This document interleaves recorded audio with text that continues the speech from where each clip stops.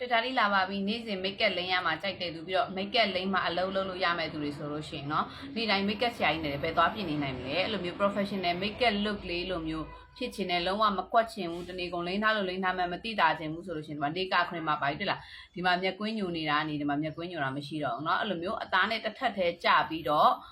လုံးဝပူတာဆက်တာကွက်တာမရှိဘူးတနေ့ကုန်ခံတယ်ပပကြည်ကြည် make up look လေးရချင်တယ်ဆိုလို့ရှိရင်တော့ဒီမှာYMB cushion လေးလိမ့်မှာနေကခရင်မှာပါပြီးသားမလို့နေကခရင်ကြီးတန်သုံးကြမလို့ foundation powder two way cream buff လုံးဝထပ်သုံးကြမလို့အသားနဲ့တစ်ထပ်သေးကြစေပြီးတော့တနေ့ကုန်ယုံကြည်မှုအရှိနဲ့ယုံကြည်မှုရှိရှိနဲ့ပေါ့နော်နှပ်ပါတဲ့အမျိုးသားအမျိုးသမီးလူကြီးလူငယ်များဖြစ်ဖို့နော်သုံးကြည့်ပါလို့ဒါလေးကပြောချင်ပါတယ်နော်နေ့စဉ်လိမ့်ရတယ်ဆိုလို့ရှိရင်ဒါ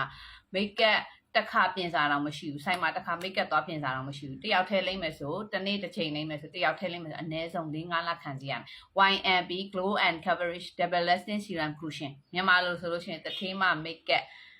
ပေါ့နော်ဘာဖြစ်လို့လဲဆိုတော့တထေးမ make up လို့လိမ့်လိုက်လို့ရှိရင်ကွာမလိမ့်ရမနေနိုင်ဖြစ်သွားမယ်နောက်ပြီးကြိုက်တဲ့ make up ကိုလိမ့်သွားYMB cushion လိမ့်ထားတဲ့နေရာမျက်နှာထူးခြားထပ်ပြီးဘာလိမ့်ထားတာလဲမမေ့ကြိုက်တယ်လို့ပြောเนาะ Twitter လေးကိုယ်တိုင်သုံးပြီးရောက်ပြီးအောက်မှာ Fiverr ဖုန်းနံပါတ်လေးလဲ hashtag လေးနဲ့ခံပြီးထားတယ်เนาะ